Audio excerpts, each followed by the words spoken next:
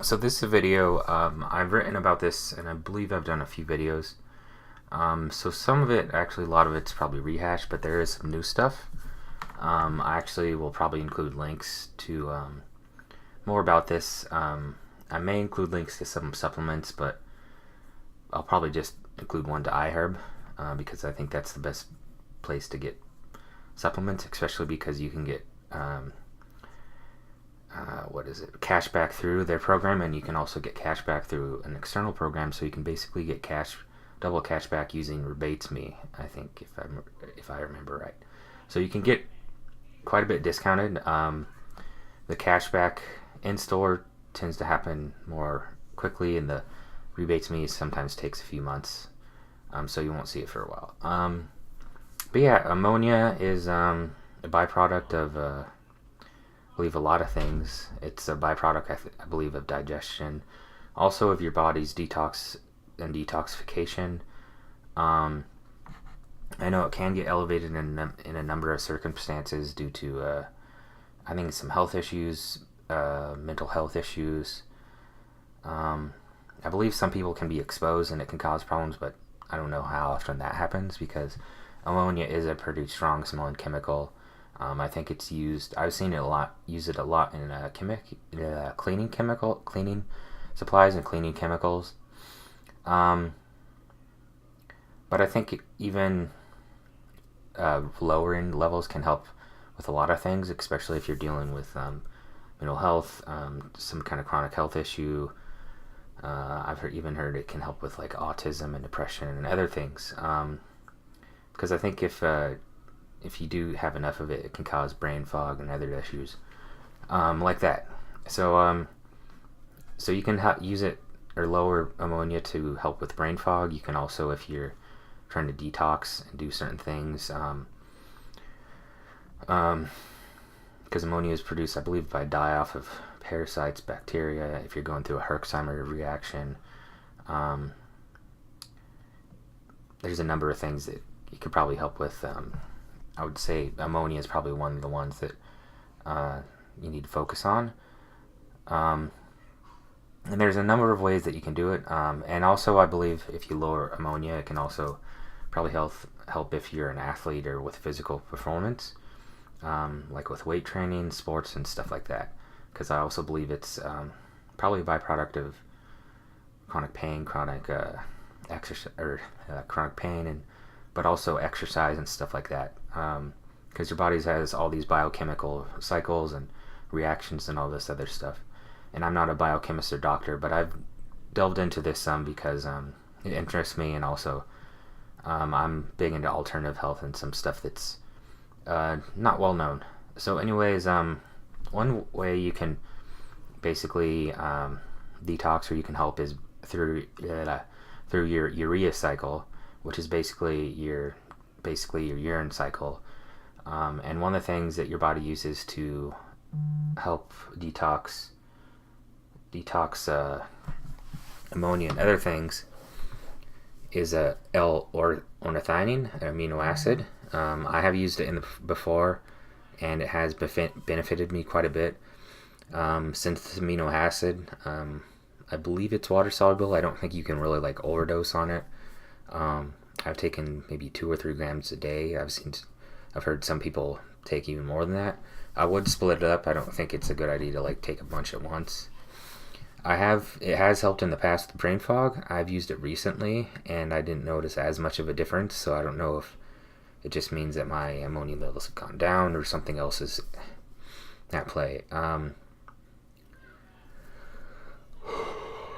Sorry. Another way I think going along with the urea cycle is also increasing water intake. You can also take yucca root. Yucca, I think it's yucca. That can help as well. And also I've heard royal jelly. I think royal jelly may also as well increase BH4. Another way you can do this is by raising BH4, which is a chemical which I believe is linked to autism, but also I believe one of its main functions is detoxing ammonia. I'm not an expert on this, but I have done some research and some experimentation on my own, self-experimentation. I do know that SAMe, vitamin, not a person, folate, methylfolate can help increase BH4, and statins can also help increase BH4, which I wasn't aware until I started doing some more research. The third and final way, and also another way I think that can, I don't know if it's kind of like on its own, but I think if you take binders, like toxin binders, which is something I've been looking into, and if you want to learn more, I would say to look up Detox Dudes or Josh Mason.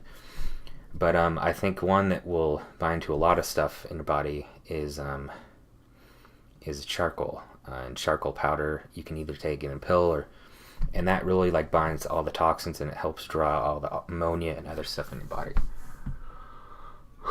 The other way is by basically increasing nitric oxide levels, which is a good thing generally to do. You can test for it. I believe there's nitric oxide strips that I've used in the past.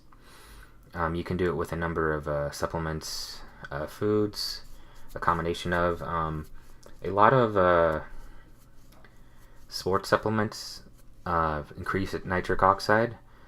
Not that they're bad or anything, but I would try and look for something that's relatively natural, that doesn't have like a lot of chemicals and shit in it, and a lot of stimulants and other stuff in it, especially if you're sensitive to that stuff like me.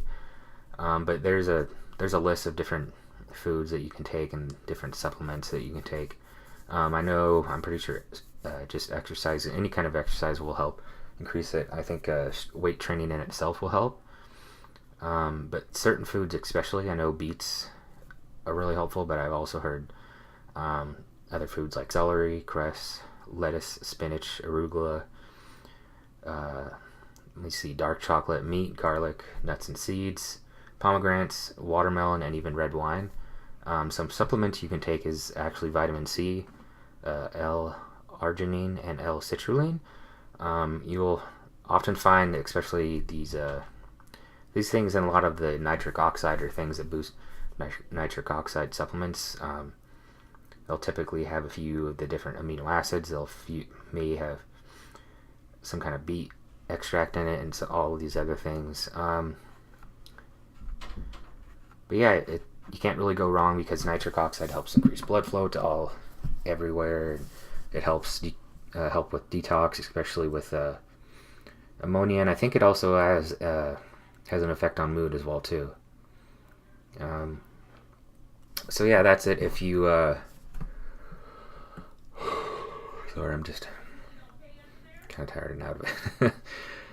It's been a rough few days, but anyways, so yeah, if you have bad brain fog, or you are going through a Herxheimer reaction because it's die off due to some kind of viral, bacterial, parasite, or some combination of, or heavy metal, or you're just detoxing or anything, I would say to recommend trying to lower your ammonia. As far as I know, I think you generally have to take a blood test to test your ammonia levels. I don't know if any other way. I don't think you can test with strips, but yeah, that's it. Hey Jared, go do those two.